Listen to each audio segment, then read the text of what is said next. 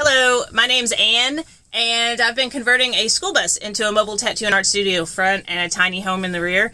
And I just recently finished my shower and got a lot of questions like this. In case you haven't seen my shower, this is it here, right? It's lined with turf. I got a little bench there and stuff. But yeah, I wanted to address the mold questions because everybody seemed concerned. So let me show you a close-up of what this looks like. Now, first of all, I did line everything with a waterproof liner, and so everything is waterproofed underneath of this turf, starting off, right? But here's what the turf looks like up close, and this is all waterproof in the back, made for outdoor use or indoor use. These are little drainage holes, so if any water does get through there, then it'll come down the waterproofing down out through the bottom, right?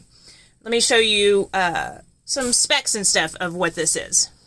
Okay, so this is called Synlon, okay? You can find it at Home Depot, Lowe's. As far as I know, none of the ones over here carried it, but you can find it at Home Depot. If you want to pause, like, here's some information on it.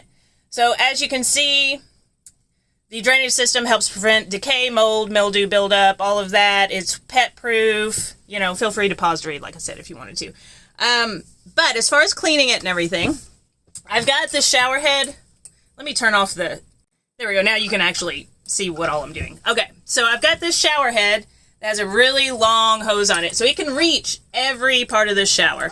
So after I shower, which I'm using like biodegradable soap, okay, you can spray down the walls to make sure there's no soap, or so if you get to scratching your back or something, you can get the soap off the walls if you want by using that.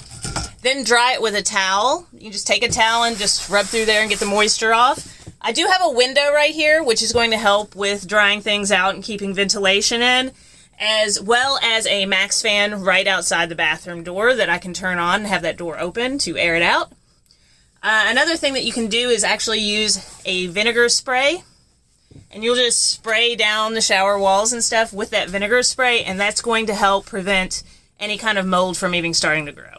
So I hope that helps. If you have any other questions, feel free to ask in the comments, and I will do my best to reply and answer those for you.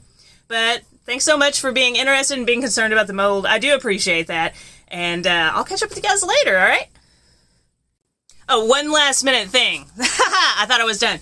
If you do apply this and you do something similar, just make sure that these are facing down so that the water drains in between these. Okay, that's all. Bye-bye.